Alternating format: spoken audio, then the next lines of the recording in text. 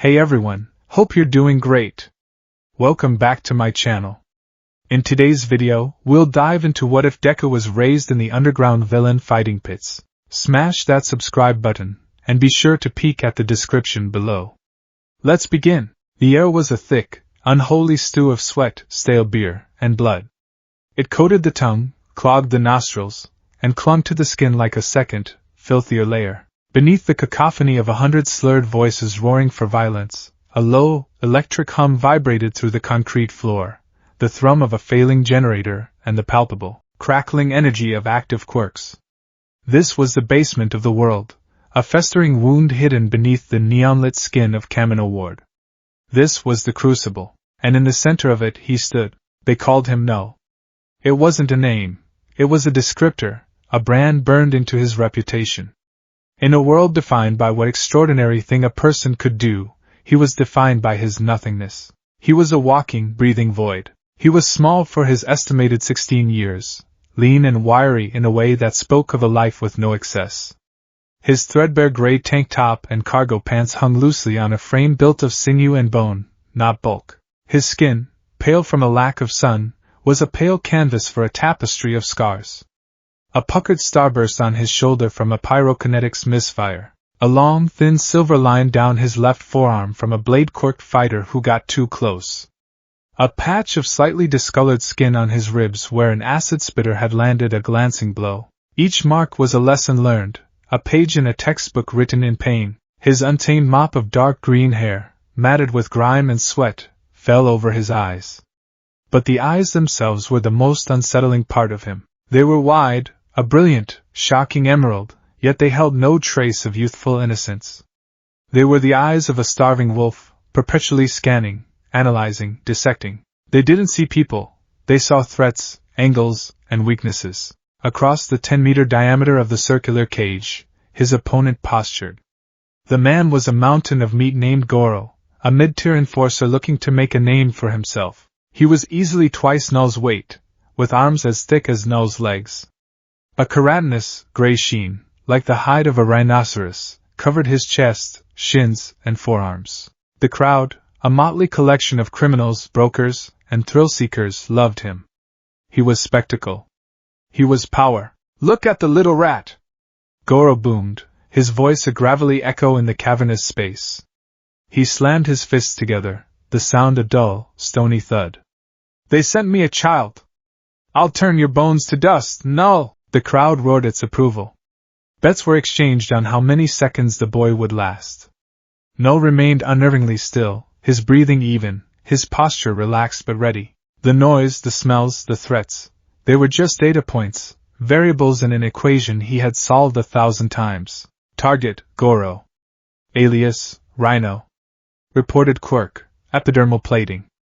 Visual confirmation, plating is localized to chest, forearms, and shins. High-impact resistance. Not full body coverage. Abdomen, neck, back, joints, and head appear unprotected. Primary fighting style, brawling. Heavy, telegraph swings. Relies on brute force and quirk to absorb counterattacks. His internal monologue was a cold, staccato stream of information. It was his true quirk, the only one that mattered. A mind honed by relentless trauma into a perfect combat analysis engine. Psychological profile, arrogant. Plays to the crowd. Seeks validation through dominance. This is a liability. His need for an audience will create openings. He will posture before a killing blow. He will favor wide, flashy attacks over efficient ones. The rusted iron gate of the cage clanged shut. A bare, flickering bulb hanging from a chain high above was the only light source, casting long, dancing shadows. A fat man with a greasy toupee, the ringmaster they called the broker, waddled to a microphone outside the cage. "Fighters, you know the rules!" he screeched, his voice tinny and distorted. "There are no rules. Last one standing wins the purse. Let the crucible decide." A jarring buzzer sounded. The roar of the crowd intensified. Goro charged. It was less a run and more a stampede, the concrete floor groaning under his weight. He led with a wild right hook, his plated fist a gray blur aimed at Null's head. Prediction, overhand right. High power, low accuracy. Intended to intimidate. Evasion is optimal. Null didn't move until the last possible second. As the fist tore through the air where his head had been, he dropped, not just ducking but coiling his body like a spring. He pivoted on the ball of his left foot, the motion fluid and silent. He wasn't in front of Goro anymore. He was at his side, inside the lethal arc of his arm. Goro grunted in surprise, his momentum carrying him forward. He tried to correct, to bring his left arm around for a clumsy backhand. Error, overextension. Balance compromised. Target opportunity, right knee, posterior aspect. Unarmored. Null's right hand shot out, not in a punch, but with his fingers formed into a rigid spear. He struck the hollow behind Goro's knee with brutal precision. It wasn't a blow meant to break bone, but to assault the nerves and tendons clustered there. Goro roared, a sound of shock more than pain, as his leg buckled. He stumbled, catching himself before he fell completely, and spun around, his face a mask of fury. The gray plating on his skin seemed to darken. "You little roach! I'll squash you!" He lunged again, this time leading with a kick aimed at Null's midsection. His shin, covered in the rhino-hide armor, was a battering ram. Analysis: front kick. Slower than a punch. Linear attack vector. Easily deflected. Counter-attack vector. Exposes the groin and inner thigh of his standing leg. Null didn't try to block it. That was a fool's game, pitting bone against quirk-enhanced armor. Instead, he met the attack with the sole of his boot, redirecting the shin a few inches to the left. The kick glanced off his hip, the force spinning him slightly. He used the momentum. In a single, fluid motion, he continued the spin, his right leg sweeping out in a low arc. His heel connected squarely with Goro's unarmored left ankle. The crack of bone was sickeningly loud, cutting through the din of the crowd for a fraction of a second. Goro screamed, a high, piercing sound that was nothing like his earlier boasting. He crashed to the ground, his massive body hitting the concrete with a heavy thud that shook the cage. The crowd fell silent. The entire exchange had taken less than 10 seconds. Goro pushed himself up on his elbows, cradling his shattered ankle. His face was pale with pain and disbelief. My leg! Null stepped forward, his shadow falling over the downed man. There was no triumph on his face, no anger, no satisfaction. There was only the cold, empty calm of a job finished. He looked down at Goro not as a defeated opponent, but as a problem that had been solved. Threat neutralized. Incapacitated. Mission complete. He could have broken his neck. He could have gouged out an eye. He could have delivered a killing blow. The crowd might have even preferred it. But that wasn't efficient. A dead opponent was a one-time payout. An opponent left broken and humiliated was a message. A message that spread through the underground: don't bet against Null. It was better for business. He turned his back on the groaning giant and walked toward the gate, the silence of the arena a far more satisfying reward than its cheers. The broker, his face a mixture of avarice and fear, scurried to unlock the door. The fight was over. Now, he could return to his cage. The cell was a concrete box, 3 meters by 2. There was no window. A single, bare bulb, protected by a wire mesh, provided a constant, sterile light. The air was cool and smelled faintly of antiseptic. A thin, stained mattress lay in one corner, a toilet and sink in the other. This was his home. His world. The handler, a hulking man named Gar with a permanently sour expression and a minor quirk that made his knuckles as hard as stone, shoved a tray through the slot in the heavy steel door. It held a bowl of watery protein gruel, a piece of dried bread, and a plastic bottle of water. It was the victor's meal. The loser got nothing. Null sat on the edge of his mattress and ate with mechanical efficiency. He didn't taste the food, he consumed the fuel. Each bite was a calculated measure to restore energy, to repair the minor muscle tears from the fight. Emotion was a luxury, and taste was an emotion. Gar's voice rumbled from the other side of the door. Good work in there. Clean. The broker was pleased with the lack of mess. The purse was substantial. Null said nothing. He just kept eating. You've got a big one coming up in 3 days. Gar continued, his voice taking on a tone that was almost conversational, a rarity. Some new blood from the Jaka district. Calls himself Carapace. Full body coverage, they say. Supposed to be the real deal. The broker is billing it as the fight of the season. A true test for the quirkless wonder. A test. Null finished his gruel and set the tray aside. His whole life was a test. A series of brutal pass/fail exams where failure meant death. The mention of a real deal, a new challenge, should have elicited some response. Fear, excitement, curiosity. But he felt nothing. It was just the next equation to solve. He lay back on the mattress, his hands behind his head, and stared at the water-stained concrete ceiling. It was in these moments of quiet, when the adrenaline faded and the cold reality of his existence settled in, that the ghosts came for him. They didn't come as specters or spirits. They came as memories, sharp and vivid as the day they were forged. He was 4 years old. The world was bright, colorful, and full of wonder. It was a world of all-might action figures, of a warm apartment that smelled like his mother's katsudan, of a future he was certain would be amazing. The doctor's office was cold and white.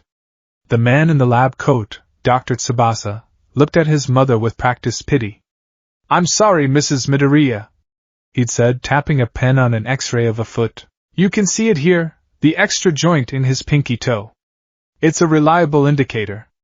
Your son, he's quirkless." The word hung in the air, heavy and suffocating. Quirkless. Less than. A blank slate in a world of masterpieces. He remembered the car ride home, his mother's silent tears. He remembered sitting in his computer chair, watching the video of All Might's debut over and over. A man saving 100 people with a fearless smile. He turned to his mother, his own small face streaked with tears, his voice trembling as he pointed to the screen. "Mom, can I be a hero like him?" He saw the memory of her face, her own eyes flooding with fresh tears as she rushed to hug him, sobbing the words he would never forget. "I'm so sorry, Izuku. I'm so sorry." That was the moment the dream died. Izuku Midoriya died with it. Null was born from the ashes of that apology, but the real betrayal came a year later. His mother, bless her desperate, loving heart, had never given up hope. She'd scoured the internet, fallen down rabbit holes of crackpot theories and fringe science, and one day, she found it. A flyer. "Is your child a late bloomer? The Kenji Institute for Quirk Emergence can help.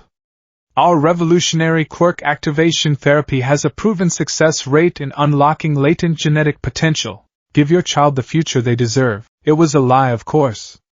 A beautiful, poisonous lie wrapped in scientific jargon and false hope. But to Inko Midoriya, it was a life raft. She drained her savings to pay for the consultation. He remembered the clinic. It was in a nondescript office building. The man, a smooth talker who called himself Dr. Kenji, had a reassuring smile and kind eyes. He'd praised Inko for her devotion. He'd told Izuku what a brave boy he was. "Our process is simple, Mrs. Midoriya," Dr. Kenji had said, his voice as smooth as silk. "We just need to run a few baseline tests. It involves a mild sedative, just to make sure he's perfectly relaxed for the genetic scan. You can wait right out here." His mother had kissed his forehead. "Be brave, my sweet Izuku. Mommy will be right here." He remembered the testing room. It wasn't a lab. It was just a room with a chair and a cart of medical supplies. Dr. Kenji's smile vanished the moment the door closed. His kind eyes turned cold and flat. He hadn't said a word. He just picked up a syringe. The boy, Izuku, had started to cry, asking for his mom. Another man, big and burly like Gar, had entered the room and held him down in the chair. He remembered the sharp prick in his arm, the strange, cold feeling spreading through his veins. His vision blurred. The last thing he saw before the world went dark was Dr. Kenji's face, looking down at him with the detached curiosity of a butcher inspecting a cut of meat. The last thing he heard was the muffled sound of his mother beginning to scream from the other side of the door. He never saw her again. He woke up here. In this concrete box. The first fight was 3 days later. A boy a few years older than him with a weak quirk that let him make his fingernails slightly sharper. Null had been terrified. He'd cried. He'd begged. The other boy had beaten him bloody. He'd only survived because the other boy had been too arrogant, had turned to the crowd to gloat, and Null, in a desperate, panic scramble, had picked up a loose piece of concrete and smashed it against the back of his head. He had learned his first lesson: survival is not about being the strongest. It's about being the last one alive. Gar's voice snapped him back to the present, a rasp of sound from the door's peephole. Lights out in 5, Null. Get your rest. The light in his cell didn't go out. Lights out was just what Gar said. It meant be quiet. Null closed his eyes, not to sleep, but to simulate it. Sleep was a vulnerability. He would rest his body, but his mind would remain on high alert, a sentinel at the gates of his consciousness, forever guarding against the memory of a kind smile and a sharp needle. 3 days passed in a blur of forced inactivity. Gruel, water, push-ups, sit-ups, shadowboxing. His world was a cycle of controlled violence and controlled recovery. On the third night, Gar came for him. It's time. The broker is expecting a show. Null followed him down the familiar corridor, the stale air growing thicker and warmer as they approached the arena. The roar of the crowd was louder tonight, more frenzied. He could feel their bloodlust seeping through the walls. Gar handed him a datapad. On the screen was a grainy photo of his opponent. A young man, maybe 19 or 20, with a broad, powerful build. His skin had a chiseled, segmented look, like the shell of an insect. Name Kaido Tanaka. Alias Carapace. Quirk, chitinous exoskeleton. Full body coverage. High durability. Known weakness, slower movement due to weight of the armor. Suspected weakness, respiration. If the armor is truly full body, how does he breathe? Are there vents? Seams? He handed the datapad back to Gar. His mind was already running simulations, mapping out the fight. This was a defensive opponent. A turtle.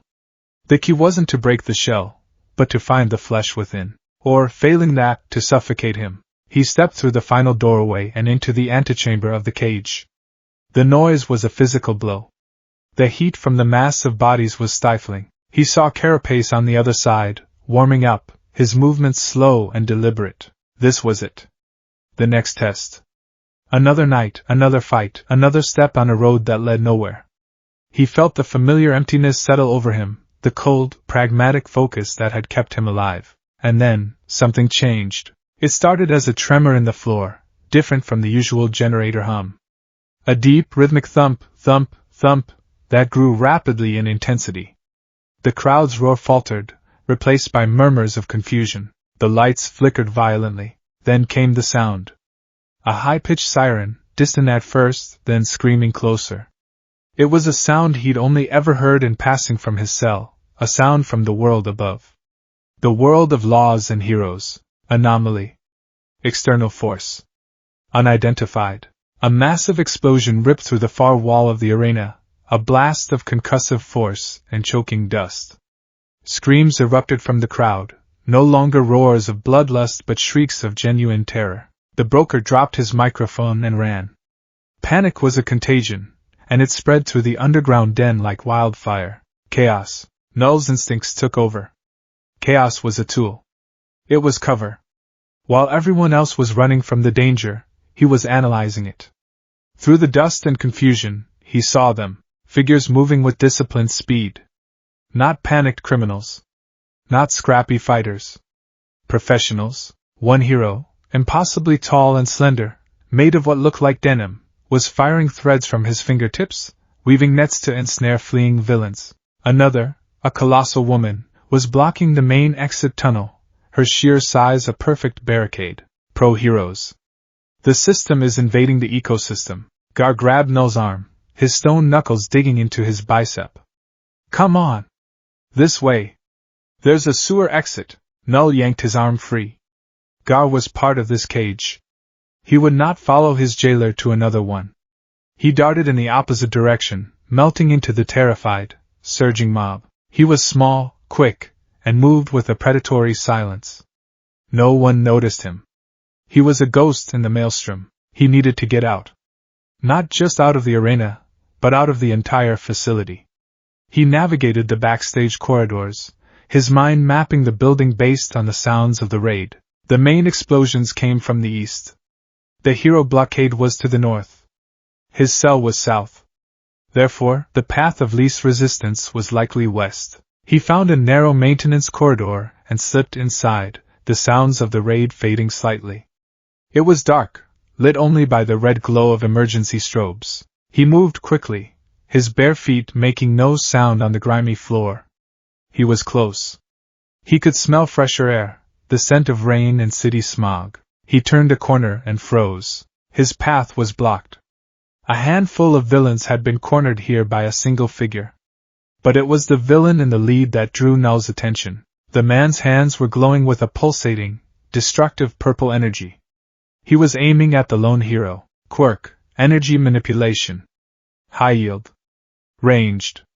Dangerous. But it was the hero who broke Null's brain. The man stood with a slouch, looking almost bored.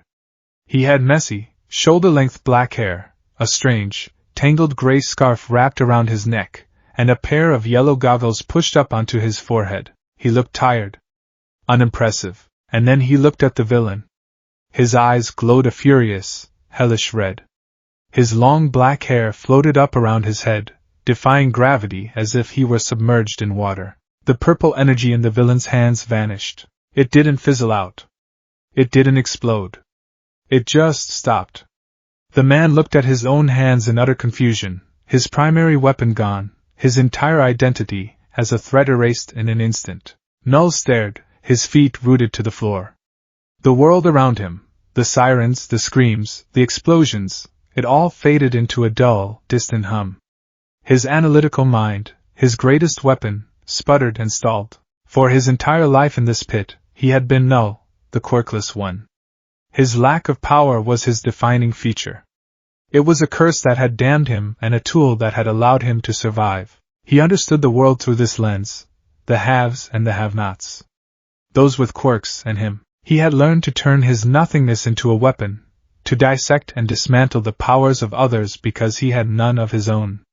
He was the exception, the anomaly. But this man, this tired-looking hero, he made people like him. He imposed the state of nothingness onto others at will. He could look at a person brimming with power and, with a single glance, render them null. The hero's scarf, which Null now realized was a weapon, shot out with serpentine speed, wrapping around the now powerless villains, binding them tightly. The hero's hair fell, his eyes stopped glowing, and he was just a tired-looking man again. He saw it all. The cause and the effect. The power to erase power. It was the most terrifying, most fascinating thing he had ever seen. He was so engrossed in this single, paradigm-shattering revelation that he didn't notice the other heroes flanking the corridor.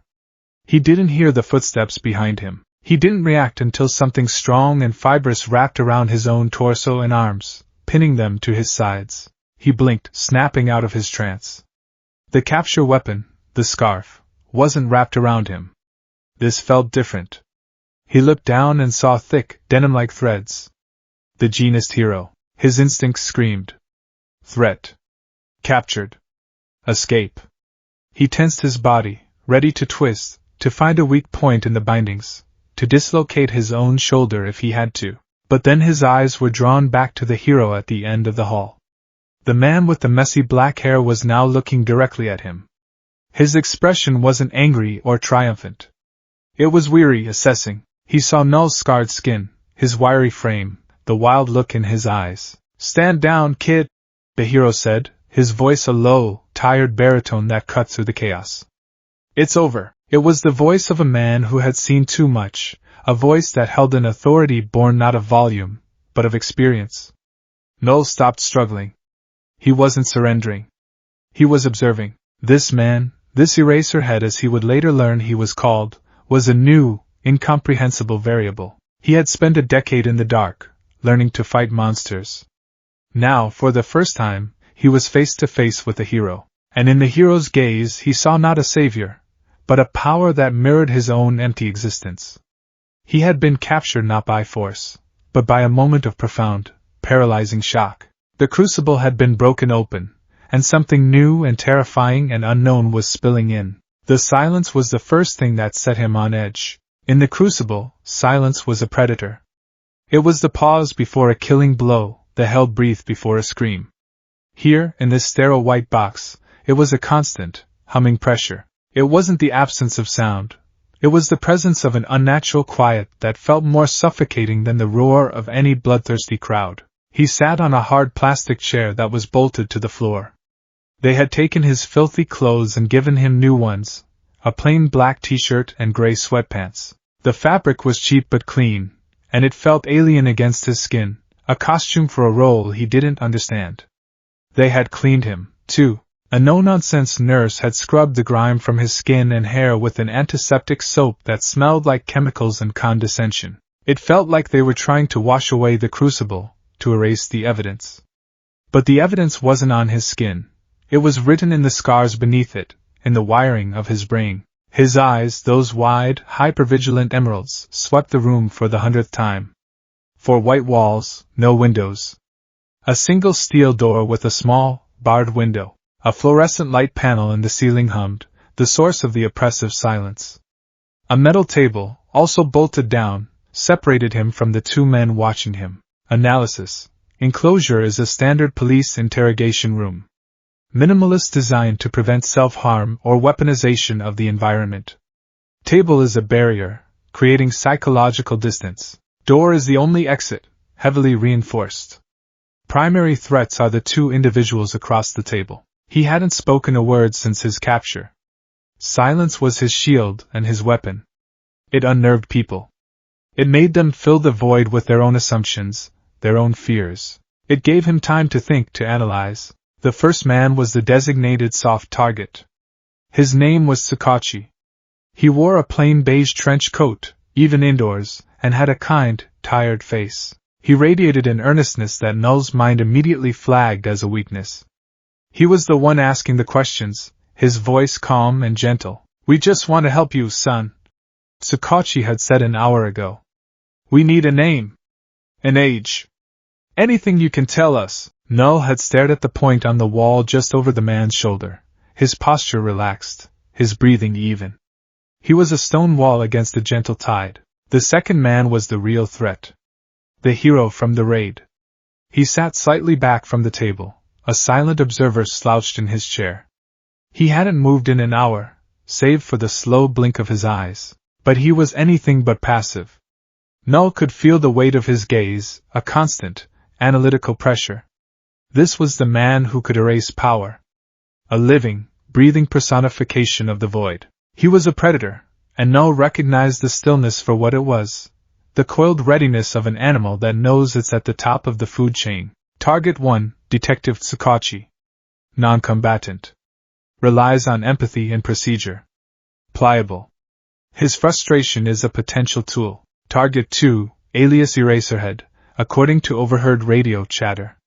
Pro-hero. Quirk, power nullification, line of sight activation.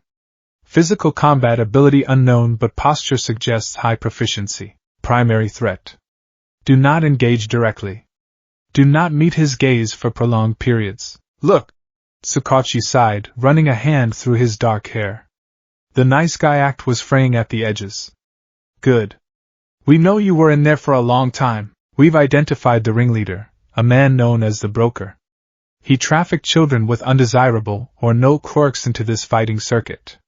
We know this wasn't your choice, but we can help you if you don't work with us. Null's expression didn't change. Help. It was a meaningless word. A lie people told themselves to feel better. Help was never free. It always came with a price, a hook. His handler, Gar, had helped him with food and shelter. The price was the cage. What was their price? Tsukachi glanced at the hero, who gave a nearly imperceptible nod. The detective took a deep breath. All right. My quirk is called Lie Detector. When I ask a question, if you know the answer and respond, I know if you're telling the truth. I'm going to ask you some simple questions. You don't even have to speak. Just nod or shake your head. Can you do that? Null remained motionless. The idea of this man peering into his mind, verifying his reality, was a profound violation. It was another cage, a mental one. Tsukachi seemed to take his silence as reluctant consent. Were you held in that facility against your will? He had a choice. He could refuse. But what was the point? They already knew the answer. Refusal was just delaying the inevitable. With a slow, deliberate motion, he gave a single, sharp nod. Sakachi's eyes widened slightly. A small wave of relief washed over his face. True, he murmured, mostly to himself. Okay. Good. Were you forced to fight for them? Another nod. Sharper this time. True. The detective leaned forward, his voice softening again. Is your name Izuku Midoriya? The name hit him like a physical blow. Izuku. A ghost's name. A name that belonged to a little boy in an all-might onesie who cried because he couldn't be a hero. A boy who trusted a man with a kind smile. He hadn't heard that name in a decade. He was null. Izuku was dead. He didn't move. He didn't nod. He didn't shake his head. He simply stared, a flicker of something ancient and cold passing through his emerald eyes. Sakachi's expression fell. No response. He knows the name, but he's not confirming or denying. The trauma associated with it must be... He trailed off, looking at the silent boy with a fresh wave of pity. Null hated that look. Pity was a prelude to control. It was the face people made before they put you in a cage for your own good. Let me try, Sakachi, the hero said. His voice was a low rasp, like gravel grinding together. It was the first time he'd spoken in the room, and the sound immediately commanded more attention than all of Sakachi's gentle pleading. The hero, Eraserhead, leaned forward, resting his elbows on the table. He didn't look at Null with pity. He looked at him like a problem to be solved. You're a survivor, Eraserhead stated. It wasn't a question. In that place, being a survivor meant being a winner. Is that true? The direct, pragmatic language cut through Null's defenses. It was a language he understood. Logic. Cause and effect. He gave another small nod. True, Sakachi confirmed, surprised. To win, you had to be ruthless. You had to disable your opponents as quickly and efficiently as possible. True, nod. True, you believe kindness is a tactic. A form of manipulation used by the weak to curry favor from the strong. True, a longer pause. This was a core belief. A foundational pillar of his entire existence. He had seen it 1,000 times. A fighter begging for mercy, only to be killed. A handler offering a kind word before delivering a beating. His own mother's desperate love leading him into a trap. With a slow, resolute finality he nodded. Sakachi flinched as if he'd been struck. My God! True. He looked at the boy, truly looked past the feral exterior, and saw the profound, systemic damage underneath. He genuinely believes that. He thinks any act of altruism is a lie. Eraserhead's gaze didn't waver. Last question. When you saw me erase that villain's quirk in the corridor, you stopped. You weren't scared. You were interested. You saw what I could do and you were analyzing it. True? Null's eyes locked with Aizawa's for a split second. A spark of understanding passed between them. The predator acknowledging the observer. This man saw him, not as a victim, not as a monster, but as a thinking being. He gave his most definitive nod yet. True, Sakachi breathed, a note of awe in his voice. Eraserhead leaned back, his point made. He had learned more about the boy in 30 seconds than Sakachi had in an hour. He understood that the way into Null's head wasn't through emotion, but through cold, hard logic. Before anyone could speak again, the steel door opened with a quiet, electronic hiss. All three of them turned to look. Standing in the doorway was a creature that defied all logic. It was a bipedal something. A mouse? A dog?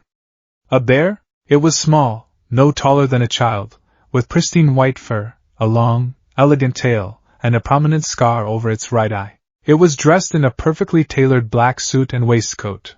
A red tie knotted neatly at its neck. It stepped into the room with an air of absolute authority, its black, bead-like eyes sweeping over the scene. Good afternoon, gentlemen, the creature said, its voice cheerful and polite, a stark contrast to the grim atmosphere.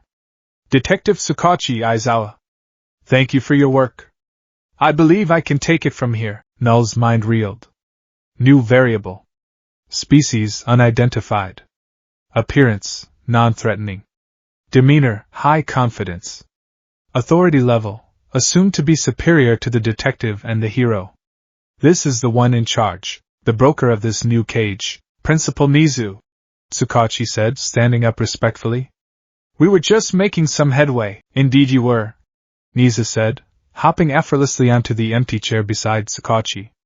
He poured himself a cup of tea from a thermos he'd brought with him, the porcelain clinking softly. The casual, domestic action was so bizarre in this context that it was utterly disarming. Nizu turned his intelligent black eyes to Null.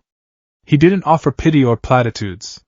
He offered a smile, a sharp, knowing thing that didn't quite reach his eyes. Izuku Midoriya, Nizu began, and the use of the name was a deliberate, calculated move. Or perhaps you prefer Null? A rather grim moniker, but fitting for a specialist. I have read your file, or rather, the file we have painstakingly assembled over the past 12 hours. It is, without a doubt, one of the most tragic and fascinating cases I have ever encountered. Null remained silent, his eyes narrowed. He was being flattered. Another tactic. You possess a prodigious analytical mind, Nizu continued, taking a sip of his tea. The ability to dissect quirks, combat styles, and psychological weaknesses in seconds is a talent of the highest order. It is a gift. A gift that has been honed in the most horrific crucible imaginable.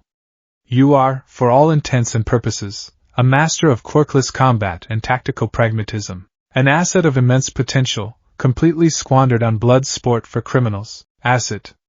Potential. Squandered. Nizu was speaking his language. This wasn't about saving a lost boy.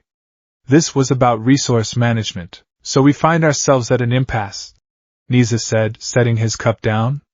What is to be done with you? By law, as a minor forced into a criminal enterprise, you are a victim, but your actions, your conditioning, they make you a significant danger. The standard options are unappealing. A juvenile detention facility would be a death sentence for someone with your history and lack of a quirk.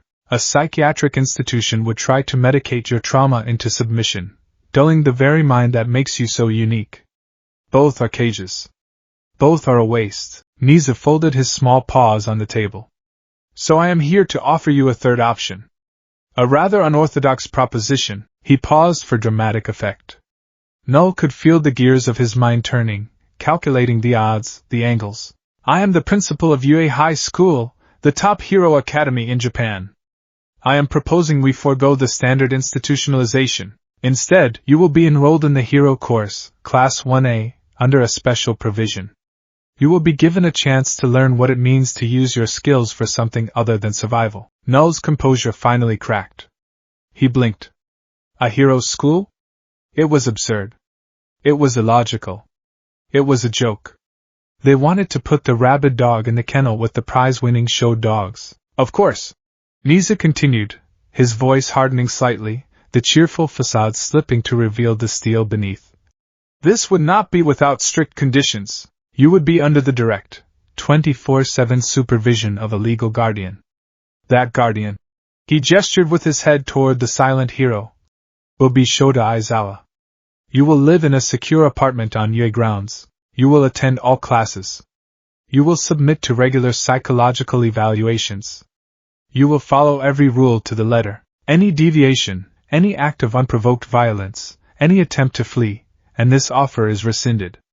You will then be transferred to the most secure juvenile facility we have, possibly Tartarus, given your unique skill set. Tartarus. Even in the depths of the crucible, he had heard whispers of that name. The ultimate cage. The place where monsters were sent to be forgotten forever. Nizu's proposition hung in the air, a massive, unbelievable weight. Null's mind raced, processing the deluge of new information. UA High. It was a fortress. The most secure non-prison facility in the country. Filled with powerful students and the top pro heroes in the nation. His instincts screamed trap. It was a new cage. A bigger, more elaborate one. A zoo. They didn't want to help him. They wanted to study him. The quirkless boy who could beat quirked fighters. He would be a lab rat in a social experiment. They would poke and prod him, watch him interact with their prize pupils, take notes on his savagery. What did they hope to gain? A new training program? A better understanding of the criminal underworld? He felt a surge of cold fury. They were no different from the broker. They were just better dressed. He opened his mouth to refuse, to spit the offer back in their faces. The word no was on the tip of his tongue, a bitter, satisfying denial of their control. But then, he stopped. He looked at the options laid out before him. Option A, juvenile detention / Tartarus. A static environment. A predictable cage. Survival would be a matter of brutality and dominance, but there would be no growth. No new data. It was a dead end, a slow, grinding death of the mind. Option B, UA high. A dynamic environment. A complex, ever-changing arena filled with hundreds of new variables. Students with unknown quirks. Teachers who were seasoned professional combatants. An entirely new social structure with unspoken rules and hierarchies. A system built on the very concept of heroism that he knew to be a lie. It was a cage, yes. But it was the most interesting cage he had ever been offered. It was a challenge.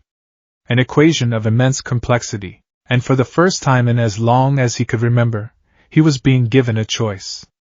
A limited, conditional choice, but a choice nonetheless. The illusion of agency was still more agency than he'd ever had. He was still calculating, still weighing the cold, hard logic, when Aizawa spoke again. The hero hadn't moved, but his voice cut through Null's internal monologue like a shard of glass. Don't get the wrong idea, kid, Aizawa said, his tired eyes fixed on him. There was no warmth, no pity, no false hope. There was only brutal, unvarnished truth. This isn't a rescue mission. I don't care about your tragic past. The world is full of tragic pasts. Right now, you're a weapon with no safety. A threat. Nisa sees potential. I see a problem that needs to be solved. He leaned forward just an inch, and the intensity in the room ratcheted up. This is the deal. You come to UA and you learn. You learn control. You learn that strength isn't about how efficiently you can break a man's leg. You learn how to fight for something other than your next meal. Aizawa's gaze was relentless. Or you refuse. You prove us wrong. You prove that you're nothing more than the monster they made you, and you can go rot in a concrete box for the rest of your life. Nobody here is going to beg you. He leaned back, the challenge delivered. Your choice, those two words. Your choice.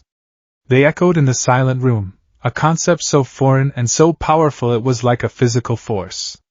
It wasn't an offer of help. It wasn't an act of kindness. It was a challenge, a gauntlet thrown down. A dare. Prove you are more than what they made you. His cynicism, his deep-seated belief that everything was a transaction, saw the angle. Aizawa wasn't offering salvation. He was offering a better fight. A more meaningful one. Rot in a cage or learn in one. A slow, cold smile touched Null's lips. It was a horrifying sight, utterly devoid of warmth or joy. It was the smile of a wolf that has just spotted new, more interesting prey. He looked from the calculating principal Nizu to the brutally pragmatic Aizawa. This was a game he could understand. An arena of logic and power. They thought they could study him, control him, maybe even change him. They saw a broken victim to be remolded. He saw a new crucible, with more complex rules and higher stakes. And he intended to win. He gave a single, decisive nod. His voice, when it finally emerged, was a dry, unused rasp. A ghost's whisper. Fine. The sunlight was an assault. For a decade, his world had been a spectrum of gray concrete, the sickly yellow of a failing bulb, and the stark, sterile white of his cell and the interrogation room. This was different. The morning sun of a new day streamed through the massive, floor-to-ceiling windows of the classroom 1A, painting the room in brilliant, overwhelming hues. It glinted off polished desks, made dust motes dance like tiny, fiery sprites in the air, and cast sharp, clean-edged shadows. It felt loud, aggressive, and deeply unnatural. He stood in the doorway, a ghost haunting the threshold of a vibrant new world. Aizawa stood beside him, a silent, slouching warden. He wore the UA uniform, a crisp gray blazer over a white shirt and dark teal trousers. It felt like a costume, a disguise. It was clean, stiff, and utterly alien. He'd spent 10 minutes that morning just staring at the red tie, his scarred, callous fingers struggling to manipulate the unfamiliar silk. He eventually gave up, leaving it knotted loosely and incorrectly at his collar, a small, visible symbol of his non-compliance. The classroom itself buzzed with energy. It was a cacophony of excited chatter, teenage laughter, and the crackle of barely suppressed quirks. 19 pairs of eyes turned to look at him as he entered. 19 sets of data for him to process. Analysis, 19 potential threats. 19 variables. Initial assessment required. His gaze swept the room, a clinical, detached scan. He didn't see classmates, he saw a threat matrix. A boy with explosive, ash-blonde hair and a perpetual scowl. Proximity alert. High aggression. Quirk, explosive sweat. Close to mid-range AoE. Threat level high, but predictable. Prone to rage, easily goaded. A tall, well-built boy with engines in his calves, moving with rigid, precise gestures. Quirk, reciprocity. High speed, linear movement. Threat level moderate. Predictable patterns, poor lateral agility. A girl with a round, cheerful face and pink pads on her fingertips. Quirk, zero gravity. Contact-based. Deceptively powerful. Threat level, low to moderate. Weakness, kindness. She advertises her lack of aggression. This is a vulnerability. On and on it went. A boy with red and white hair, a massive scar over one eye, radiating an aura of cold power. Threat level, very high. Do not engage. A girl with a black ponytail creating a small, intricate matryoshka doll from the palm of her hand. Quirk, creation. Versatile, intelligence-based. Threat level high. Observe and analyze. A floating uniform. Threat level unknown. Data required. He moved to the only empty desk, in the back corner, the same way a predator would seek the high ground to observe its territory. He moved with a liquid silence that was unnerving in the boisterous room. The chatter faltered as he passed, replaced by whispers and curious, wary glances. He ignored them. They were background noise. He sat, his back straight, his bag placed neatly beside his desk. He didn't slouch. He didn't relax. He sat like a coiled spring, his wide, emerald eyes scanning, always scanning. His file was sealed. They knew nothing about him, other than the fact that he was Aizawa's problem. To them, he was an enigma, a sudden, jarring note in the symphony of their first day. Aizawa slouched to the front of the classroom, looking even more tired than usual. Right. Took you 8 seconds to quiet down. Life is short. You're all too carefree. He pulled the UA gym uniform from his ubiquitous yellow sleeping bag. Change into these. Immediately. Then meet me on the P grounds. The P grounds were vast, a sprawling complex of tracks, fields, and specialized training areas under the brilliant, unforgiving sun. The 19 other students of Class 1A stood in a loose group, buzzing with nervous energy. He stood apart, a few meters away from the main cluster, a solitary island in a sea of adolescent camaraderie. A quirk assessment test? A collective gasp went through the students. The girl with the zero-gravity quirk, Achiko Uraraka, spoke up, her voice full of genuine concern. But what about the entrance ceremony? And the orientation?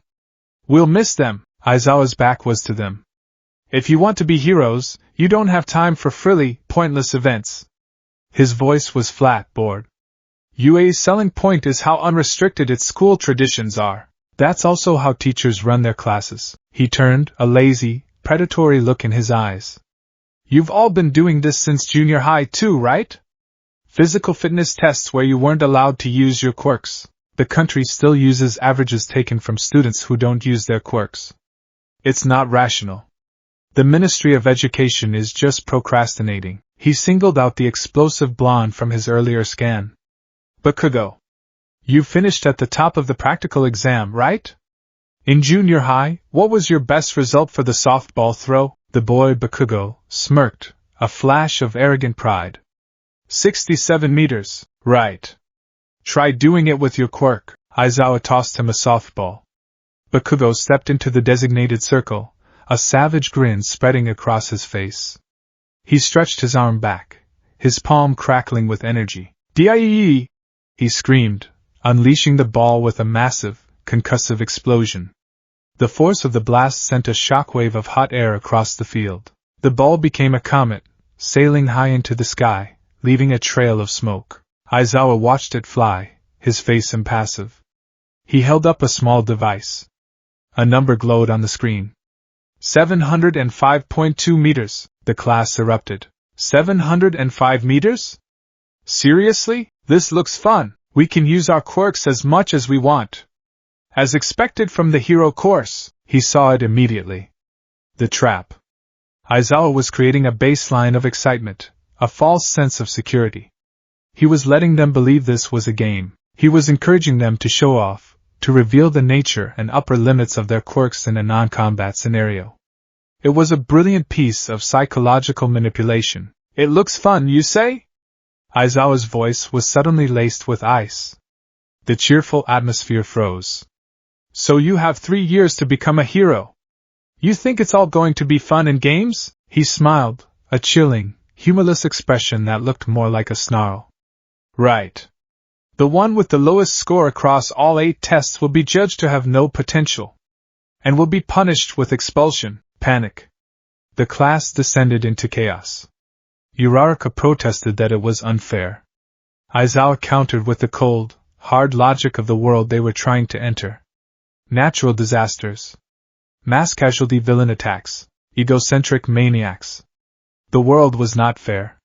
It was a hero's job to fight against that unfairness. For the next 3 years, you will do all it can to give you one hardship after another. Aizawa declared, a manic glint in his eye. Go beyond. Plus ultra. Overcome it with all you've got. While the others were reeling from the threat of expulsion, he was analyzing the new parameters. Objective changed. This is not a data-gathering exercise. This is a culling. Survival is the new primary goal. Assess each test. Identify personal strengths and weaknesses. Optimize performance. Minimal energy expenditure for maximum results. Observation of other students is secondary to personal performance. Test 1, 50-meter dash. The students were paired off. He was matched against a boy with a bird-like head. The starting pistol fired. The bird boy was fast, but he was a straightforward runner. He saw the variables. The hard-packed dirt of the track. The starting block. The finish line. The other students were focusing on pure forward momentum. A flawed approach. The pistol fired. For the first 2 steps, he ran normally, building initial speed. Then, instead of continuing in a straight line, he veered slightly to the left, his path taking him toward the low concrete wall that bordered the track. His movements were a blur of calculated efficiency. He planted his right foot on the wall, converting his forward momentum into vertical lift. He kicked off, launching himself through the air in a low, horizontal arc. It was a technique he'd used 100 times in the Crucible to evade wide attacks in the confined cage. He landed just before the finish line, absorbing the impact by rolling forward and coming up on his feet. Aizawa's device beeped. 4.13 seconds. The bird boy, Tokoemi, finished a second later, his dark shadow entity murmuring in surprise. The rest of the class stared. They had seen a quirkless boy use physics and environmental exploitation to beat someone who was clearly superhumanly fast. It didn't make sense to them. Test 2, grip strength. He was handed the dynamometer. He gripped it. He squeezed. Analysis. This test measures static, crushing strength. My build is optimized for speed, precision, and endurance, not brute force. Attempting to compete here is a waste of energy and risks muscle strain. He gave it a token squeeze, enough to register a result but not to exert himself. The device read out a paltry 56 kilograms. A few students snickered. The big guy with 6 arms and a mouth on his hand had just scored 540 kilograms. Let them laugh. This test was irrelevant to his survival. He was conserving energy. Test 3, standing long jump. He stood at the edge of the sandpit. Bakugo and a boy with a sparkly naval laser had cleared the entire pit using their quirks. Analysis. Explosive leg strength. My vertical jump is good, but not superhuman. Standard methods are insufficient. He crouched, then sprang forward. As he reached the apex of his jump, He twisted his body, tucking into a tight ball. It was a move designed to maximize distance by manipulating his center of gravity. He landed cleanly, a few feet short of the end of the pit. It was a good result, better than average, but nothing spectacular. Nothing that would draw too much attention. Test T4, repeated side-to-side steps. This was his element. The test was simple. Step side to side over a line as many times as possible in a set time. For most, it was a test of simple agility and stamina. For him, it was a fundamental survival skill. In the cage, constant, unpredictable movement was the key to avoiding attacks from faster, stronger opponents. The timer started. His body became a pendulum of flesh and bone. His movements were small, economical, and unnervingly fast. His feet barely seemed to touch the ground. He kept his center of gravity low, his hips swaying in a smooth, rhythmic motion that wasted not a single joule of energy. The small, grape-headed boy next to him was bouncing his sticky balls off the ground to propel himself, but his motion was clumsy and erratic compared to the fluid, predatory grace of his quirkless counterpart. The buzzer sounded. His score was the highest in the class. By a significant margin. He saw Aizawa watching him, a flicker of something in his tired eyes. Not approval. Not surprise. Recognition. Aizawa recognized the movements of a professional survivor. Test 5, the ball throw. This was the main event. This was the test that had set the tone. Uraraka had just scored an infinity symbol by using her quirk on the ball, stunning everyone. The pressure was on. It was his turn. Aizawa tossed him the ball. It felt heavy in his hand, a solid weight of failure. Analysis. This test favors quirks that can impart massive kinetic force or alter physics. I have either. My throwing arm is strong from necessity, but cannot compete with explosions or anti-gravity. Maximum effort will yield a subpar result and expose my physical limits. It is an irrational use of resources. He stepped into the circle. He could see the other students watching, waiting. The blonde one, Bakugo, was smirking, waiting for the quirkless nobody to fail spectacularly. He looked at the ball. He looked at the endless blue sky. He thought about the pointlessness of it all. Throwing a ball to prove his worth. It was a child's game. The crucible was real. This was a fantasy. He reared back his arm. He put a decent amount of force into it, the same amount a moderately athletic high school student would use. The ball flew in a respectable arc, landing with a soft thud in the grass. Aizawa held up the device. 46 meters. A wave of whispers rippled through the class. 46 meters? That's it. Seriously? That's like a normal person's score. Guess he's only good at that sidestep thing. He saw the smug, vindicated look on Bakugo's face. He saw the pity in Uraraka's eyes. He saw the disappointment on the face of the boy with the engines. He didn't care. Their judgment was irrelevant data. He had deemed the test a poor investment of his energy, and had acted accordingly. It was the most logical choice. He walked back to the group, his face a mask of indifference. He had made his calculation. He was confident his cumulative score, buoyed by the dash and the sidesteps, would be enough to avoid last place. And then he saw Aizawa's face. The hero's eyes were narrowed, his mouth set in a thin, hard line. He wasn't looking at the scoreboard. He was looking directly at him. And he was angry. Midoriya, the name, still so unfamiliar, cut through the air. Everyone went silent. Do that again, Aizawa commanded, his voice dangerously low. He tossed him another ball. And this time try. Don't just go through the motions. Don't insult me and everyone here who is giving it their all by holding back. He was caught. Aizawa had seen right through him. He hadn't just seen a lack of effort. He had seen the cold, cynical calculation behind it. He had seen the dismissal, the contempt for the entire process. He caught the second ball. His mind raced.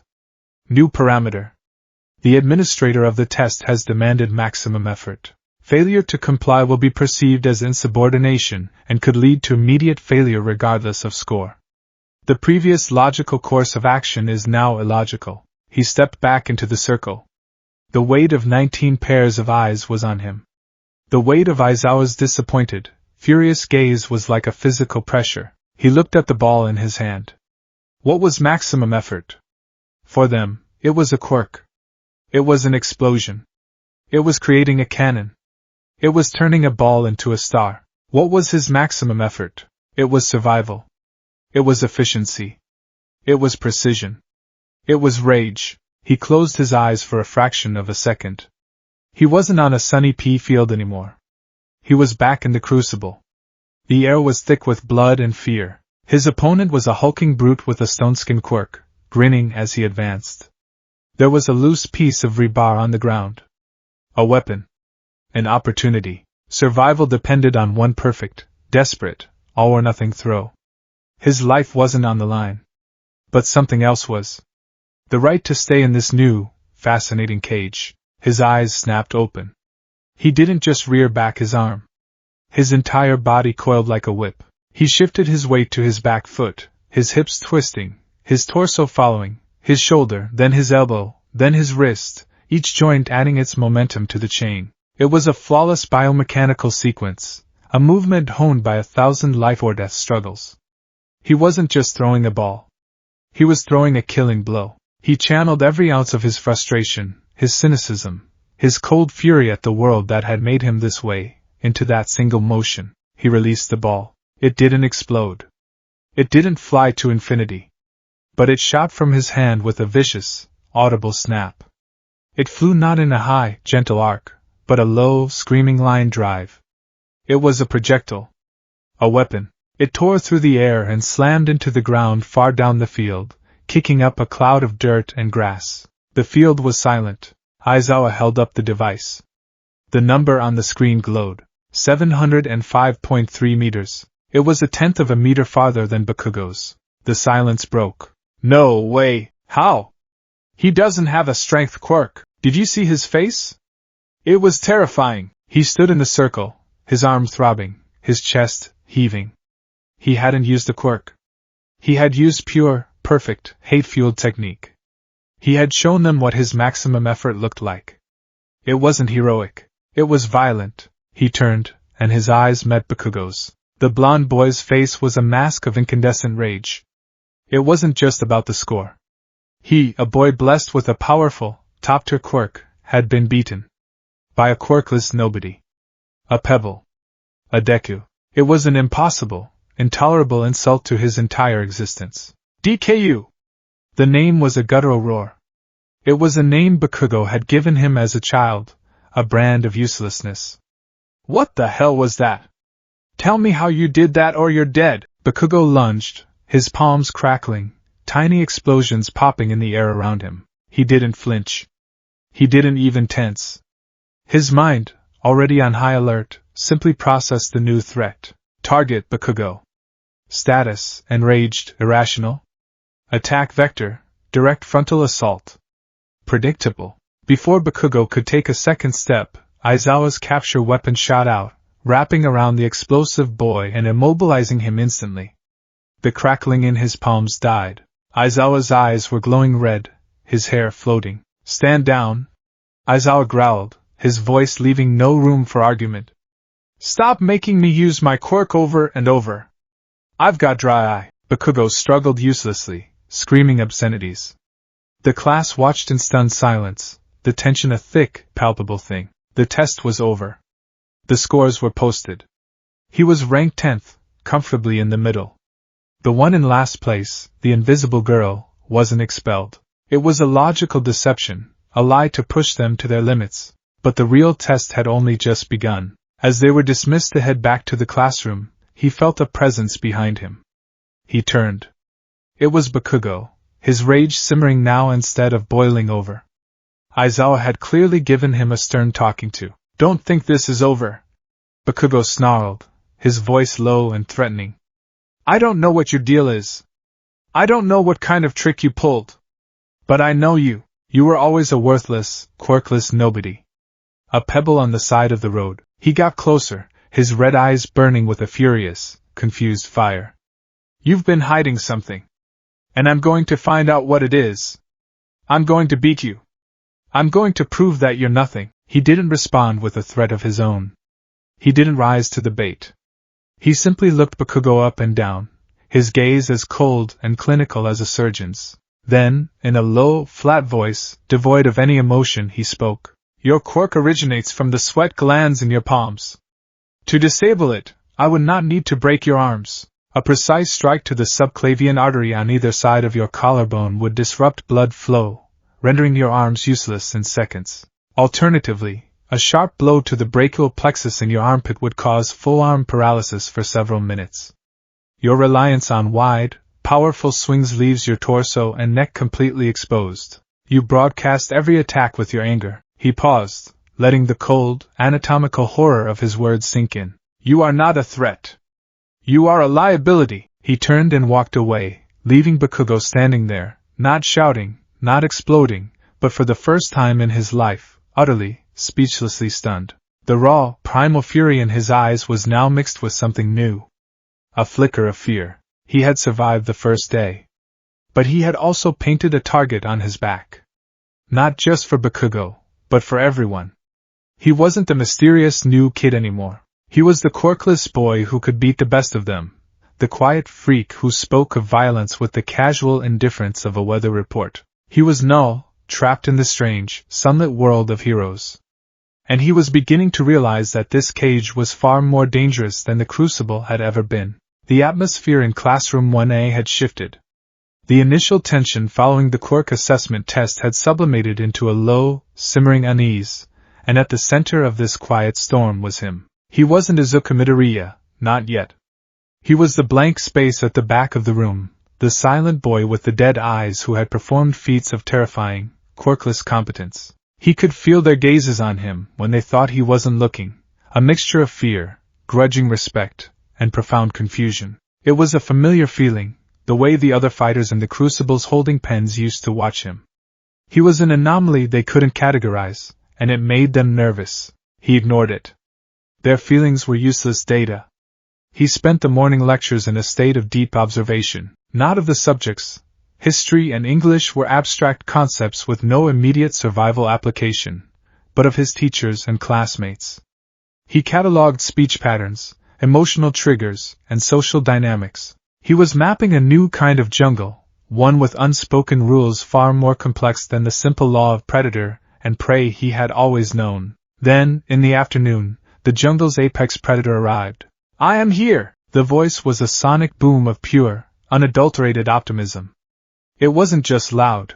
It was a physical presence that seemed to vibrate in the air, shaking the very foundations of his cynical worldview. The classroom door slid open, not with a normal hiss, but with a dramatic flourish, revealing a mountain of muscle clad in red, white, and blue. All Might, the symbol of peace. The number one hero. The man from the video, the ghost of a dream he murdered long ago. The rest of the class erupted in a starstruck frenzy. Gasps, cheers, exclamations of disbelief. It was like a god had descended from on high. He did not share their awe. His mind, the cold, analytical engine forged in the Crucible, immediately began to deconstruct the icon. Subject, All Might. Pro-hero. Rank, number 1. Quirk, unidentified, officially listed as super strength. Visual analysis, physique displays extreme, almost caricaturistic, muscle hypertrophy, likely a result of his quirk. This muscle mass is impractical for sustained combat or stealth operations. It requires massive caloric intake and would produce significant heat. His costume, primary colors, is designed for high visibility. Tactical disadvantage. He announces his presence, surrendering the element of surprise. The constant, wide smile is a form of psychological armor, projecting invincibility. It is also a mask. No one is that happy. It is a tool of propaganda. All Might struck a pose, his hands on his hips, his impossibly white teeth gleaming. Coming through the door like a normal person. Conclusion, he is a symbol, not a warrior. A walking, talking billboard for an ideology. In the Crucible, he would be dead in minutes. His spectacle is a liability.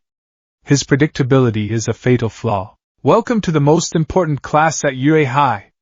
All Might boomed, his charisma washing over the adoring students. Think of it as Hero ING 101. Here, you will learn the basics of being a hero and what it means to fight in the name of good. Let's get right into it. Today's lesson will be this. He struck another dramatic pose, holding up a card with a single word on it, battle. The words sent a fresh wave of excitement through the class. Bakugo's lips twisted into a savage grin. Even the stoic boy with the red and white hair, Todoroki, showed a flicker of interest. He, however, felt a familiar calm settle over him. Battle. This, he understood. This was not abstract history or confusing social etiquette. This was his native language, and to go with your first battle. All Might continued, pressing a button on a remote. We've prepared the gear we had you send in requests for to match your quirks. Wall panels slid open, revealing numbered cases. The students cheered, scrambling to find their gear. He found his own case, number 20. He hadn't requested anything elaborate. His request form had been brutally simple: durable, dark, non-restrictive clothing. Reinforced boots. Utility belt with empty pouches. His costume was a reflection of his soul, stark, functional, and devoid of any heroic flair. It consisted of simple, dark green cargo pants, a black, long-sleeved compression shirt that hugged his wiry frame, and a sturdy pair of steel-toed combat boots. Over this, he wore a dark gray tactical vest filled with empty pouches he intended to fill with whatever the environment provided. He also had a simple black balaclava, which he pulled up to cover the lower half of his face, leaving only his unnervingly wide eyes visible. He looked less like a hero in training and more like a fledgling Spec Ops soldier or a guerrilla fighter. They were led to Ground Beta, a sprawling cityscape of artificial buildings. It was a perfect urban combat simulator. All Might explain the exercise. It would be a 2-on-2 indoor battle. One team would be the heroes, the other the villains. The villains would be guarding a mock nuclear weapon hidden somewhere in the building. The hero's objective was to either capture the villains with special capture tape, or secure the weapon within the time limit. The villains won if they protected the weapon or captured the heroes. This is a controlled simulation, All Might said, his tone for once becoming serious. But the stakes are real. Your performance here will be a major part of your grade. This is where you show us what you're made of. He began to draw lots to determine the teams. Team A, Izuku Midoriya and Achiko Uraraka. Team D, Katsuki Bakugo and Tenya Ida. A cold knot formed in his stomach. Not of fear, but of irritation. He was paired with the zero-gravity girl, the one whose defining characteristic was her earnest, naive kindness. A liability. And he was facing Bakugo, the volatile, explosive aggressor who now had a personal vendetta against him. The situation was suboptimal. All Might announced the first matchup, Team A as the heroes versus Team D as the villains. As they waited for the start signal, Uraraka bounced on the balls of her feet, her face flushed with a mixture of excitement and nerves. She turned to him, her big, brown eyes full of heroic determination. Wow, Midoriya! Our first team up! And against Bakugo, too! He seems really intense, she said, her voice a little shaky. So, I was thinking, since we're the heroes, we need a heroic plan. I can use my quirk to make myself lighter and float up the side of the building to scout, and maybe you can create a diversion at the front? We need to work together to find that weapon. Teamwork makes the dream work, right? She beamed at him, a beacon of hopeful cooperation. He stared at her, his visible eyes flat and empty. He didn't see a partner. He saw a civilian he was now responsible for. He saw a weak link. No, he said. The word was cold and sharp. Uraraka's smile faltered. Oh. Okay. Do you have a better idea? He turned his full attention to her, his gaze so intense it made her flinch. This is not a game about teamwork. This is a mission with two objectives: neutralize the hostiles and secure the target. You are a liability in direct combat. Your quirk is tactile and requires proximity. Bakugo is a mid-range explosive combatant. Ida is a high-speed battering ram. You will not survive a direct confrontation with either of them. Uraraka's face fell. But I can help. I can. You will do exactly as I say. He interrupted, his voice leaving no room for argument. Your capture means we lose. Your injury is an acceptable loss, But your capture is mission failure. Therefore, your only function is to not get caught. When the exercise begins, you will find a secure room on the first or second floor, a closet, a bathroom, an office with a lockable door. You will enter it, and you will stay there. You will not engage. You will not make a sound. You will not, under any circumstances, help. Your contribution to this mission is to become invisible. Am I understood? The brutal, cold logic of his words hung in the air between them. He had just reduced her entire existence as a hero in training to a single command: hide and be useless. Tears welled up in her eyes, a mixture of hurt, frustration, and intimidation. She had dreamed of this day, of being a hero, of fighting alongside her classmates, and her first partner had just told her she was nothing more than baggage. She looked into his eyes, searching for any sign of malice or cruelty, but found none. There was only the chilling emptiness of pure, detached pragmatism. He wasn't trying to be mean. He genuinely believed this was the only logical course of action. I understand, she whispered, her voice barely audible. Good, he said, turning his attention back to the target building. He pulled a floor plan from one of his pouches, provided by All Might before the match. His eyes scanned it, memorizing layouts, potential choke points, and structural features. He was already in the crucible. She was still just a girl in a costume. Battle! Start! All Might's voice boomed over the speakers. He moved instantly. Not toward the front door, but around the side of the building, hugging the wall, melting into the shadows. He found a low window leading to a maintenance corridor, pried it open with a grunt, and slipped inside, silent as a wraith. He didn't look back to see if Uraraka had followed his orders. She was her own problem now. The inside of the building was a maze of concrete and steel. It was cold, dark, and echoed with the faint hum of the building's power. To the other students, it was a set. To him, it was a hunting ground. His senses were on high alert.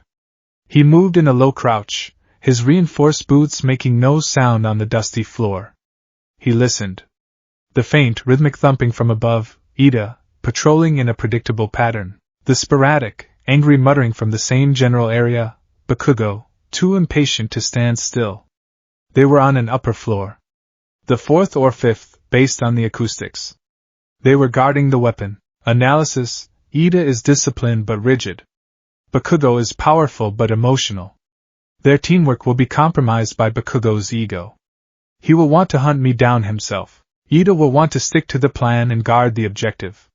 This creates internal friction. Explode it. His first target had to be Ida. Taking out Bakugo first would be a noisy, protracted fight that would alert Ida to his exact position. But Ida was the team's anchor. Neutralizing him would cripple their defensive strategy and leave Bakugo isolated. He found a stairwell and began his ascent, moving like smoke. He bypassed the third floor and went straight to the fourth. He pressed his ear to the fire door. He could hear it clearly now, Ida's heavy, rhythmic steps, pacing back and forth in the large, open-plan room just beyond the door. Target acquired. Initiating takedown. He didn't burst through the door. That was what Bakugo would do. Instead, he scanned the environment. Next to the stairwell door was a large ventilation shaft, the cover held in place by 4 simple bolts. He pulled a small, multi-tool from a belt pouch and began to work on them. The bolts were old and stiff, but they gave way with a few sharp twists. The process was silent, methodical. He slipped into the vent, pulling the cover back into place. The shaft was cramped and smelled of dust and rust, but it was a perfect infiltration route. He crawled on his belly, following the sound of Ida's pacing. A few meters down, he found a great position directly above the center of the room. He peered through the slats. Below him, Ida stood guard over the giant, papier-mâché bomb, his back ramrod straight. He had fully embraced his role, even muttering villainous lines to himself. Yes, stay vigilant. The heroes could be anywhere. Mwahaha, amateur, he thought, a flicker of contempt passing through him. He announces his position and his state of mind to any potential listener. He is playing a game. Bakugo was nowhere in sight. As predicted, his impatience had won. He was hunting. Good. He watched Ida for a full minute, memorizing his patrol pattern. A 10-step march to the left, a crisp pivot, a 10-step march to the right. Predictable. Exploitable. He noticed a small pile of discarded construction debris, a few loose tiles and broken bits of plaster, in the corner of the room. A tool. He waited for Ida to reach the far end of his patrol. With painstaking care, he worked the grate loose. It was heavy, but he managed to lift it without a sound. He set it down gently inside the vent. Now he had a clear opening. He waited. Ida pivoted and began his march back. 3 steps, 4, 5. He dropped. He landed in a silent crouch behind Ida, the impact absorbed by his legs and the thick soles of his boots. Ida, lost in his villainous monologue, heard nothing. He moved forward, a shadow detaching from the larger shadows of the room. As he closed the distance, his right hand shot out and picked up a piece of broken floor tile from the pile of debris. He didn't attack Ida. He threw the tile. It skittered across the floor, clattering against the far wall. What was that? Ida yelped, spinning around, his engines revving in alarm. Is someone there? Show yourself, hero. He was facing the wrong way. In that single, vital second of distraction, he struck. He lunged forward, his left arm snaking around Ida's chest to pin his arms, his right arm wrapping around his neck. He didn't apply a chokehold to the windpipe. That was slow and inefficient. He locked his bicep against one side of Ida's neck and his forearm against the other, his hands clasped behind Ida's head. He squeezed. A perfect blood choke. It cut off the flow of blood through the carotid arteries to the brain. Ida let out a muffled gasp of shock. He struggled, his powerful legs trying to find purchase, his engines sputtering uselessly. But the hold was too secure, the technique too perfect. There was no pain, just a sudden, dizzying pressure, a graying of his vision. Threat 1, neutralized. 5 seconds. That's all it took. Ida's powerful body went limp, his consciousness erased as cleanly as a switch being flipped. He eased the unconscious boy to the floor, rolling him onto his side in the recovery position. It wasn't an act of kindness, it was a professional courtesy. Leaving an unconscious opponent on their back was sloppy. He stood up and looked at the bomb. The mission was half complete. Now for the hard part. Suddenly, a massive explosion ripped through the wall of the floor below, shaking the entire building. Dust and debris rained from the ceiling. Bakugo, he thought. He had found Uraraka. Or, more likely, he had grown frustrated and was simply destroying the building floor by floor. He moved to the new hole in the floor and peered down. Bakugo stood in the smoke-filled room below, his face a mask of feral fury. Where are you, DKU? Stop hiding like a coward and face me. He had his opening. He stepped back from the hole, picked up the roll of capture tape, and quickly wrapped it around Ida's unconscious form. Villain number 1 captured, he said, his voice flat and calm, speaking into the tiny communicator in his ear. In the control room, All Might stared at the monitor, his perpetual smile strained. Young Ida is eliminated. In a silent, instantaneous takedown, young Midoriya, his methods are. He trailed off, at a loss for words. The students were speechless. They had just watched the quirkless boy incapacitate one of the fastest students in their class without throwing a single punch. Down in the building, Bakugo heard the announcement.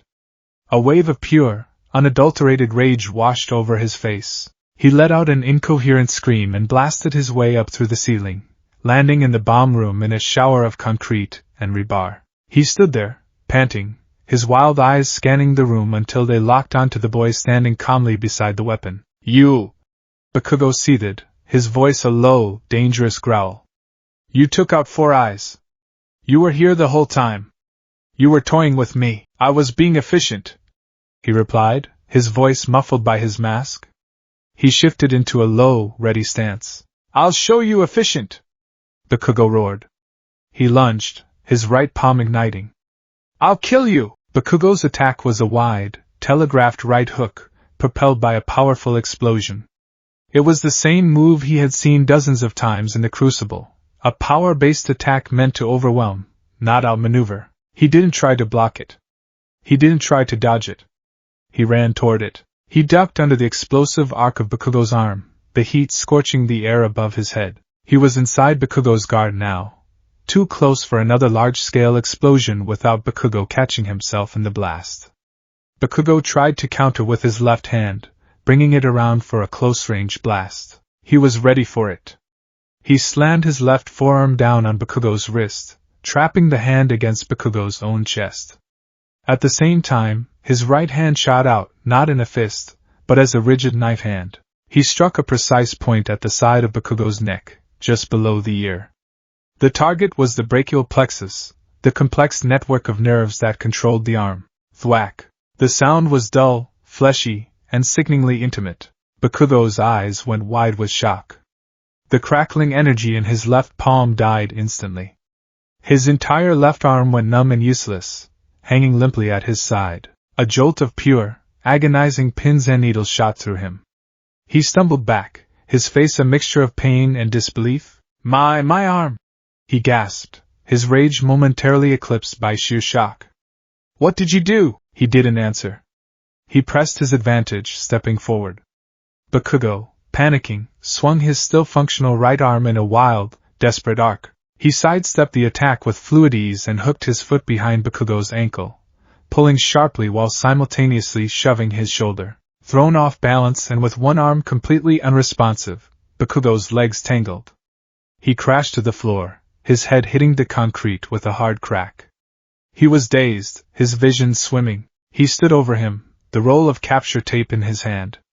Bakugo glared up at him, a snarl still on his lips, but his body wouldn't obey. He was beaten. He calmly wrapped the tape around Bakugo, securing him. He then walked over to the bomb and placed his hand on its surface. Villain number 2 captured, he said into his comms. Objective secured. His voice was as steady and dispassionate as if he were reporting on the weather. The hero team wins! All Might's voice boomed over the intercom, but it lacked its usual triumphant flair. It sounded hesitant. Stunned.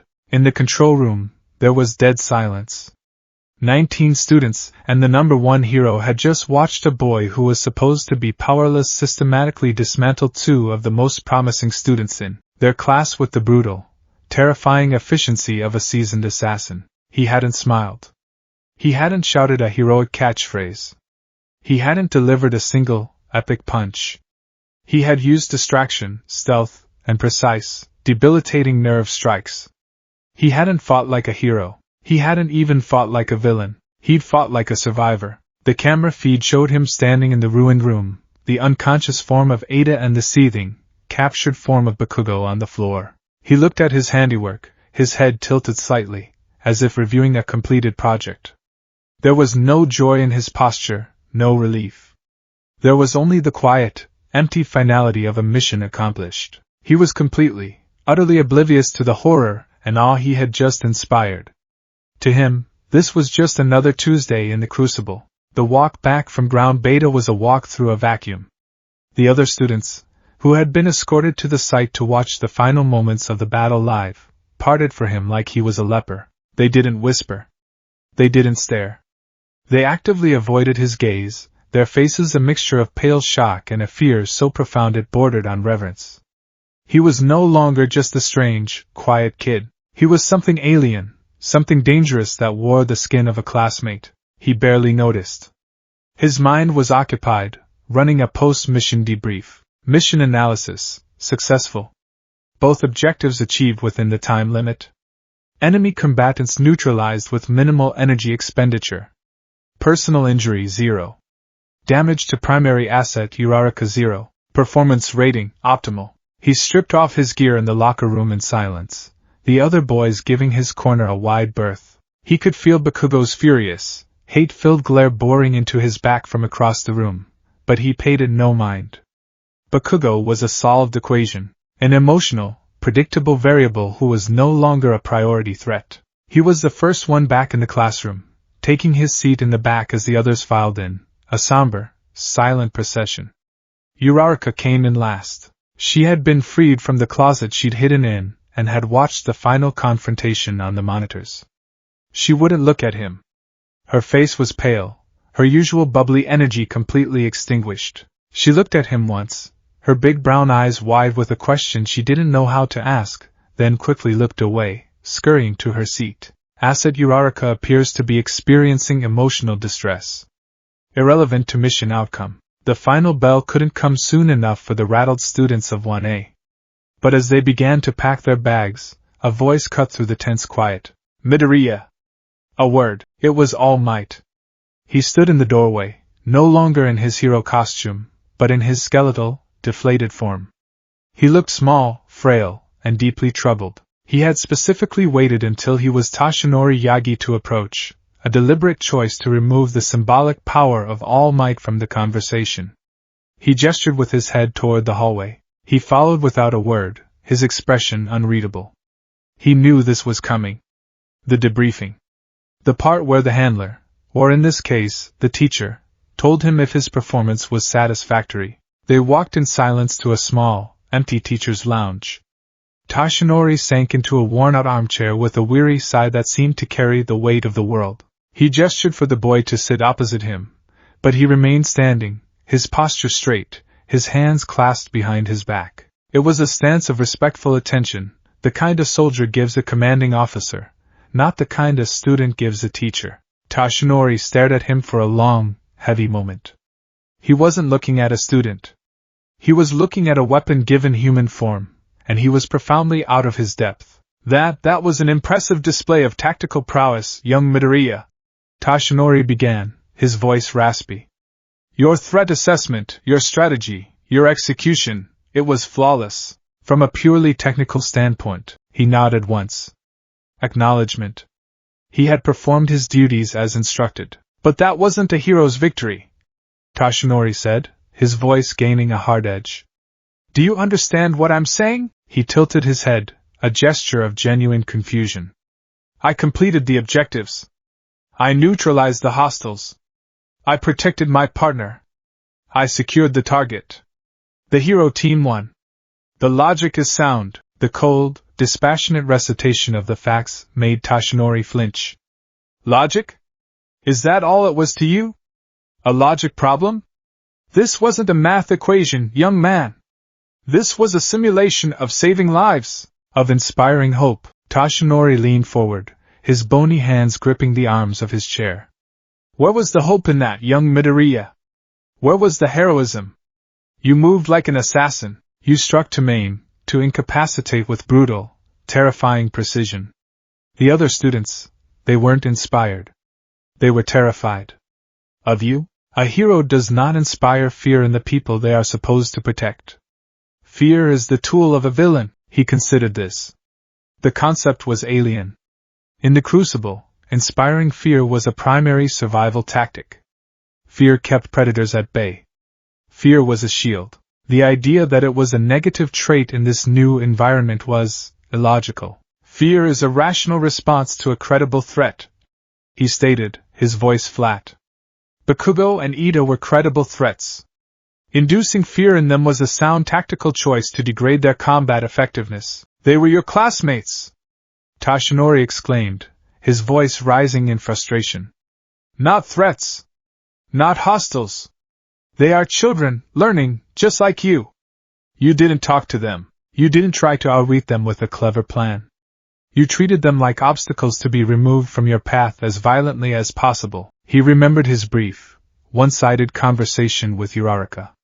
I provided my partner with a clear, concise strategy designed to ensure her survival and mission success. Toshinori looked like he was about to tear his hair out. You ordered her to hide in a closet. You told her she was a liability. That's not a strategy, that's an insult. You isolated yourself and treated your own teammate like dead weight. Heroes work together. They build trust.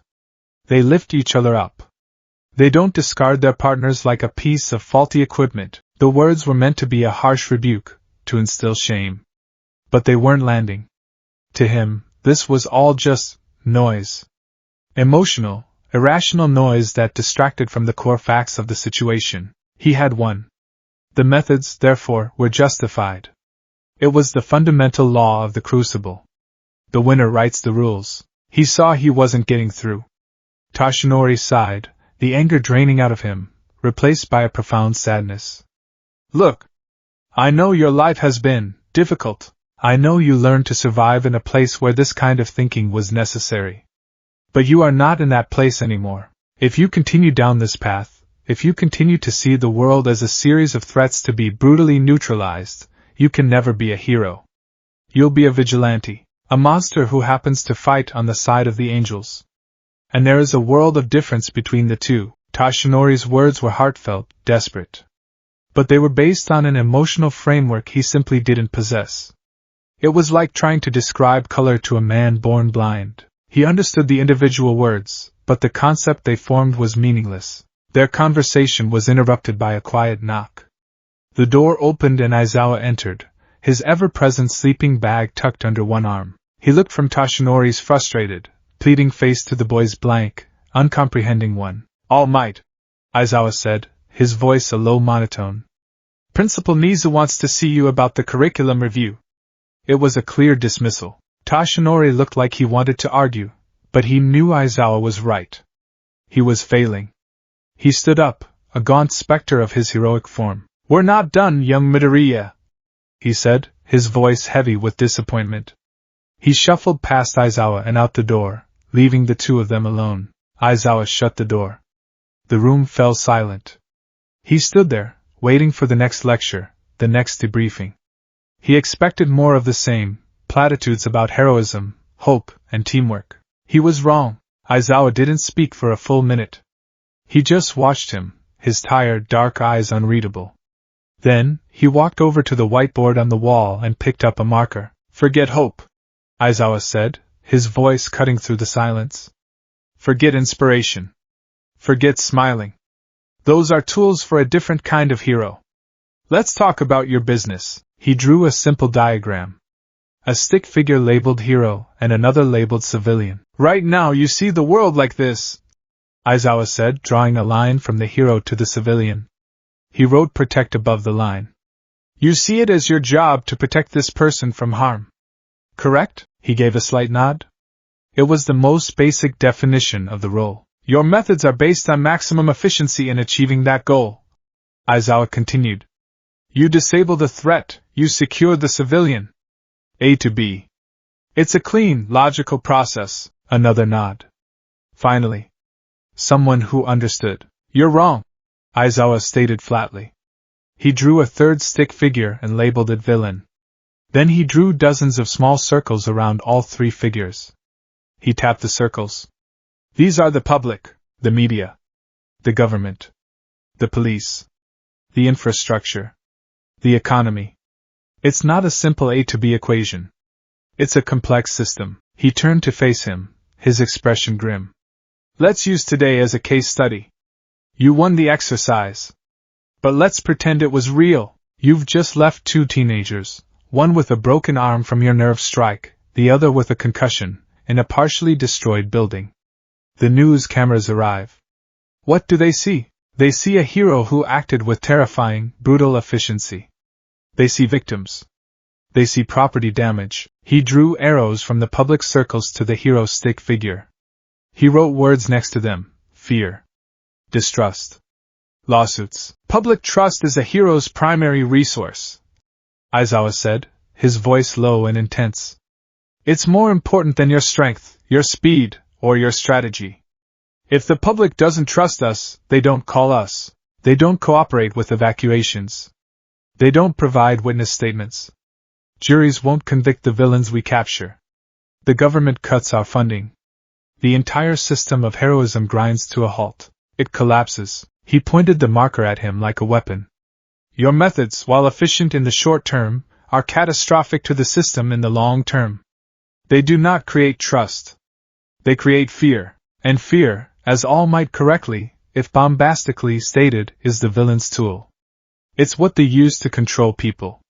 When we use it, we become indistinguishable from them in the eyes of the public. We become part of the problem, not the solution. Aizawa's words hit him with the force of a physical blow. It wasn't an emotional appeal.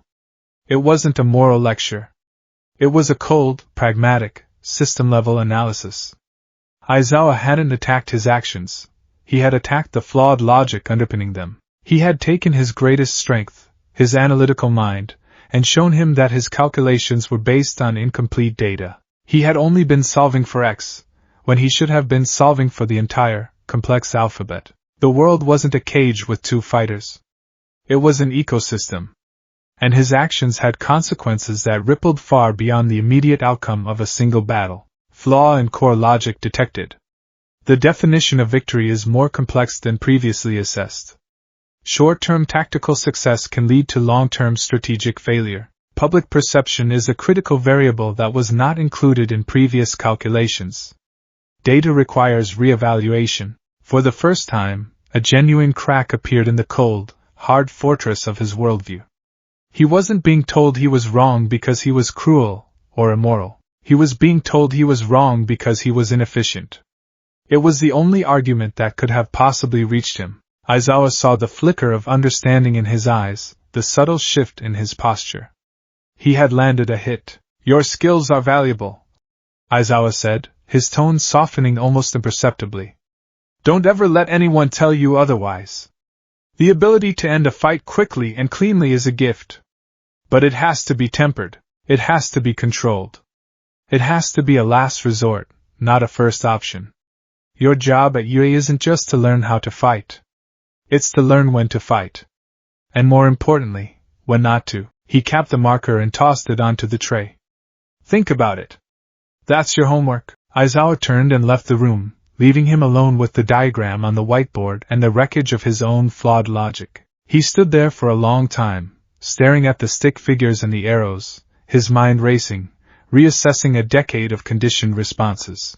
He walked back to the newly built dorms, a rush project by Nisa to keep a closer eye on his students, and particularly on him, in a daze.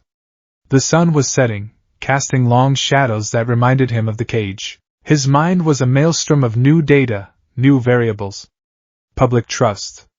Systemic collapse. Strategic failure. He was so lost in thought that he didn't notice the figure waiting for him on the steps of the dormitory entrance until he was almost upon her. It was Uraraka. She flinched when she saw him, her first instinct to flee. But she held her ground, clutching a small, white plastic bag in her hands. She looked nervous, her fingers twisting the handles of the bag, but there was a flicker of resolve in her eyes. He stopped, his guard immediately up. Interaction imminent. Subject Uraraka. Objective unknown. Assess intent. Hey Midoriya. She stammered, not quite meeting his eyes. He said nothing. He waited. I just wanted to, She took a deep breath, steeling herself. "I wanted to say thank you." The words were so unexpected they short-circuited his threat assessment protocols. "Thank you? For what? For calling her a liability? For locking her in a closet? For treating her like an object?" The statement was illogical. It had to be a tactic. "For what?"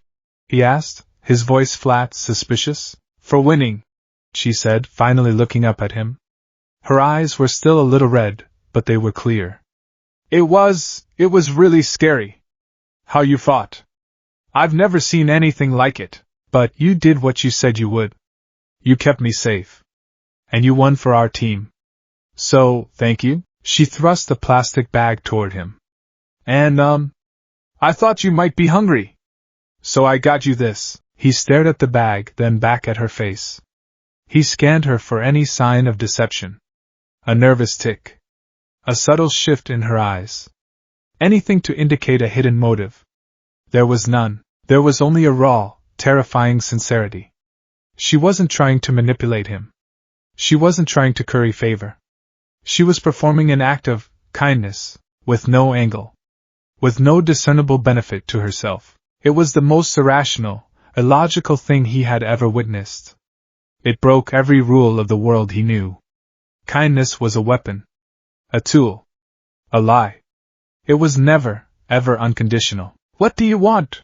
he asked, his voice low, laced with the deep-seated suspicion of a creature that has only ever known traps. Uraraka looked genuinely confused. The question didn't compute. "Want? Nothing? You looked like you needed it." She took a hesitant step closer and pushed the bag into his unresisting hands. "It's mochi. Strawberry. It's my favorite." Her fingers brushed against his for a fraction of a second. Her skin was warm, soft. It was a simple, human contact completely devoid of violence or malice. He recoiled as if he'd been burned. He stumbled back a step, his wide eyes locked on her face. His mind, the brilliant, analytical engine, was failing. It was receiving data that it had no framework to process. Unconditional kindness. Altruism. No discernible motive. It was like trying to divide by zero. The system crashed. He looked down at the bag in his hands, then back up at her. He couldn't form a response. The silence stretched, thick and awkward. Eureka, seeing his profound state of shock, seemed to realize she had pushed too far, too fast. "Well, I'll see you tomorrow," she squeaked, then turned and practically fled into the dorm building, her face bright red. He was left alone on the steps as dusk settled around him. The cool evening air felt strange on his skin. He looked down at the plastic bag. He could feel the soft, squishy weight of the mochi inside. He didn't take it. He couldn't. To accept it would be to accept the premise behind it, that an act could be genuinely selfless. It would mean his entire understanding of human interaction was fundamentally, catastrophically wrong. He stood there for a long time, holding the bag. Then, with a slow, deliberate motion, he placed it carefully on the top step of the dorm. He couldn't accept it, but he couldn't bring himself to throw it away either. It was an anomaly. A piece of data that defied categorization. He turned and walked away, not into the dorm, but toward the darkened training grounds. He needed to move. He needed to hit something. He needed to fall back on the one thing that had always made sense: violence. But as he walked, two conflicting, irreconcilable ideas warred in his mind. Aizawa's cold, hard logic. Your methods create fear, not trust. Fear is the villain's tool. And Uraraka's terrifyingly simple act of kindness. You looked like you needed it. Logic and emotion. The system and the individual. The head and the heart. He didn't know it yet, but this was the first real battle for his soul. And for the first time in his life, he was beginning to understand that it was a fight he might not win. The first crack had appeared in the armor of Null, and through it, a terrifying, brilliant light was beginning to shine.